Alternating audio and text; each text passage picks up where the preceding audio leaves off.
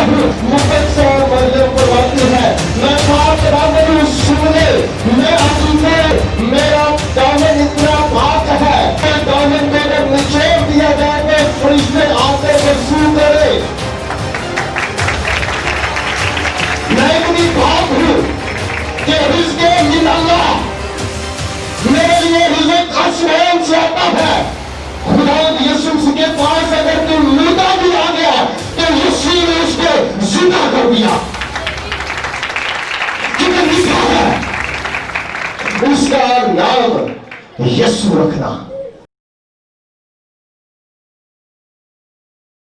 مسیح یسوع کے جلالی معتبر پرفضل آفتاب صداقت طلوع آفتاب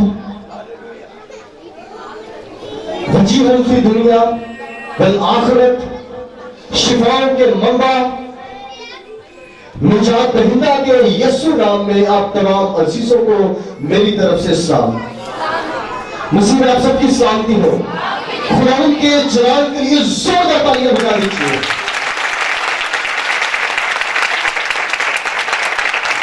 کلام مقدس میں جب ہم پڑھتے ہیں تو خداوند کی ولادت اقدس، خداوند یسوع مسیح کی ولادت اقدس یا ولادت مقدس کے بارے میں دیکھیں تو خداوند کا کلام جو قدموں کے لیے چراغ، راہوں کے لیے روشنی ہے، جو بے تاثیر واپس نہیں لوٹتا، اپنا اثر دکھاتا ہے. خداوند کے مقدس کلام میں مقدس متی رسول کی انجیل اس کا پہلا باب 20ویں آیت سے دیکھیں. خداوند کے کلام میں رقم ہے. وہ ان باتوں کو سوچ ہی رہا تھا کہ خداوند کے فرشتہ نے اسے خواب میں دکھائی دے کر کہا اے یوسف ابن داؤد اپنی بیوی مریم کو اپنے حوالے آنے سے نہ ڈر، کیونکہ جو اس کے پیٹ میں ہے وہ روح القدس کی قدرت سے ہے. اس کے بیٹا ہوگا اور تو اس کا نام یسوع رکھنا، کیونکہ وہی اپنے لوگوں کو ان کے گناہوں سے نجات دے گا. کلام خدا کے پڑھے اور سنے جانے پر اور قبول کیے جانے پر ہم سبوں پر خداوند کا بھاری فضل ہو. خداوند آپ سب کے ساتھ ہو.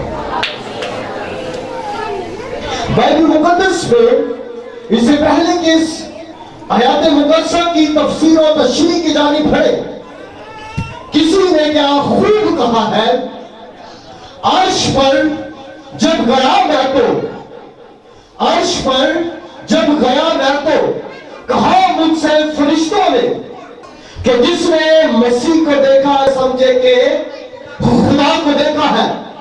آج خیر الانعام آیا ہے، آج خیر الانعام آیا ہے اور انبیاء کا امام آیا ہے اور آدمی کو حیات میں دینے خود خدا کا کلام آیا ہے.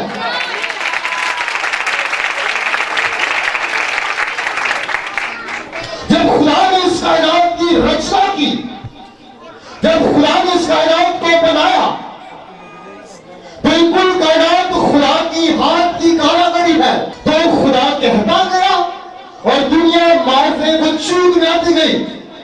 خدا نے جمادات کو بنایا، خدا نے حشرات کو بنایا، خدا نے چرند پرندوں کو بنایا، خدا نے انسان کو اپنی شکل و شبیہ پر جب بنایا تو یہ پوری دنیا خدا نے جب بنائی تو جب دنیا کا کارواں آگے بڑھتا ہے اور خدا جب ٹھنڈے وقتوں میں آدم اور حوا کے ساتھ محو گفتگو ہوتا ہے، خدا جب ان کے ساتھ بات چیت کرتا ہے، خدا نے ان کو بلا روک ٹوک اس پوری دنیا میں سیر و تفریح کے لیے، کھانے پینے کے لیے ہر ایک چیز کو دیا. پوری دنیا کو خدا نے آدم اور حوا کے ہاتھ میں کیا، بلکہ ماں سوائے ایک درخت کے پھل کے. اور المختصر یہ جب خدا نے ان کو یہ قاعدے قانون دیا، اور جب خدا کے حکم کی عدولی ہوئی تو باغ عدن سے آدم اور حوا کو نکلنا پڑا۔ جب یہ سلسلہ ہوتا ہے تو انسان اور خدا کے درمیان فاصلہ آ جاتا ہے۔ اس فاصلے کو کم کرنے کے لیے خدا انسان کے ساتھ رہنا چاہتا ہے، خدا انسان کے ساتھ گفتگو کرنا چاہتا ہے، خدا انسان کے ساتھ اپنے شاہکار کے ساتھ بیٹھ کر گفتگو کرنا چاہتا ہے، جس طرح پہلے ٹھنڈے وقتوں میں خدا باغ عدن میں کرتا تھا۔ تو خدا نے کیا کیا؟ خدا نے رسالت کا کام شروع کیا، خدا نے نبوت کا کام شروع کیا، خدا نے نبیوں کو بھیجنا شروع کیا تاکہ وہ جا کر انسان تک میرے کلام کی رسائی کرے، تاکہ انسان اس لائق ہو جائے کہ انسان مجھ تک پھر پہنچ سکے۔ خدا نے نبیوں کو بھیجا، خدا نے پیغمبروں کو بھیجا،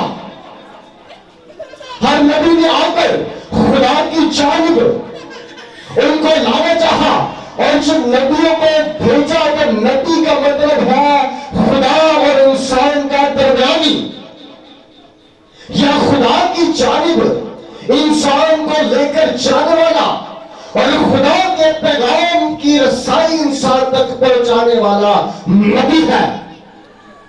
نبی آئے، اولیاء کرام آئے، پیغمبر آئے اور خدا کے ساتھ رابطہ کروانا چاہا۔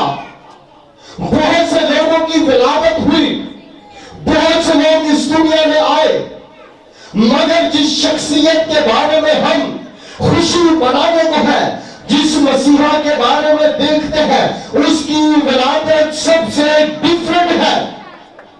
جب وہ مسیحا اس دنیا میں آنے کو تھا تو خدا نے جبرائیل فرشتہ کے ذریعے سے پیغام پہنچایا، اور جبرائیل فرشتہ جو ہی مقدسہ مریم کے پاس آتا ہے اور آ کر کیا کہتا ہے؟ سلام تجھ کو۔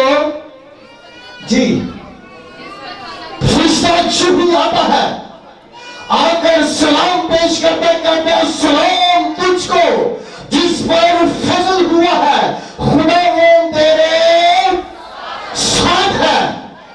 تو مقدسہ مریم ڈرتی ہے، کہتی ہے یہ کیسا سلام ہے؟ اے جبریل امین، یہ کیسے ہو سکتا ہے؟ آپس میں گفتگو شروع ہو جاتی ہے۔ جبرائیل جو ہی اس پیغام کو صادق کرتا ہے، جی میرے ساتھ رہیے گا، جبرائیل جو ہی آ کر مقدسہ مریم کو یہ پیغام پہنچاتا ہے، مقدسہ مریم ان کو پکارتی ہے کہ میں تو ابھی کنواری ہوں، میں تو باکرہ ہوں، میں تو عفیفہ ہوں، میرا دامن اتنا پاک ہے کہ مجھے ابھی تک کسی مرد نے چھوڑا نہیں ہے۔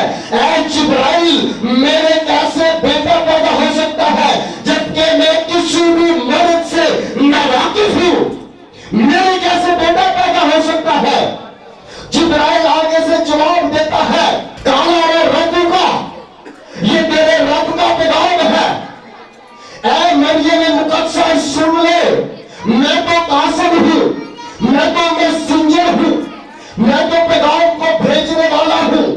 میری جگہ جو ہے خدا کے حضور میں کھڑے ہونے کی ہے، میں خداوند کے حضور میں کھڑا رہتا ہوں، اور جب خدا پیغام دیتا ہے تو اس کے لوگوں تک پہنچاتا ہوں۔ مریم میرا پیغام نہیں بلکہ تیرے رب کا پیغام ہے۔ مقدسہ مریم فرماتی ہے میں پاک دامن ہوں، سن لے، میں عفیفہ، میرا دامن اتنا پاک ہے کہ دامن کو اگر نچوڑ دیا جائے تو فرشتے آ کر وضو کرے۔ میں اتنی پاک ہوں کہ رزق من اللہ، میرے لیے رزق آسمان سے آتا ہے۔ کیسے بیٹا پیدا ہوگا؟ اور جبرائیل سن لے، جب خدا نے اس دنیا میں پہلے انسان کو بنایا تو خدا کے کلام میں لکھا ہے کہ خدا نے زمین کی مٹی کو لیا اور اسے آدم کو بنایا۔ یہ دنیا کی پہلی پیدائش تھی جب آدم کو مٹی سے بنایا۔ جبرائیل سن لے، جب دوسری دنیا میں پیدائش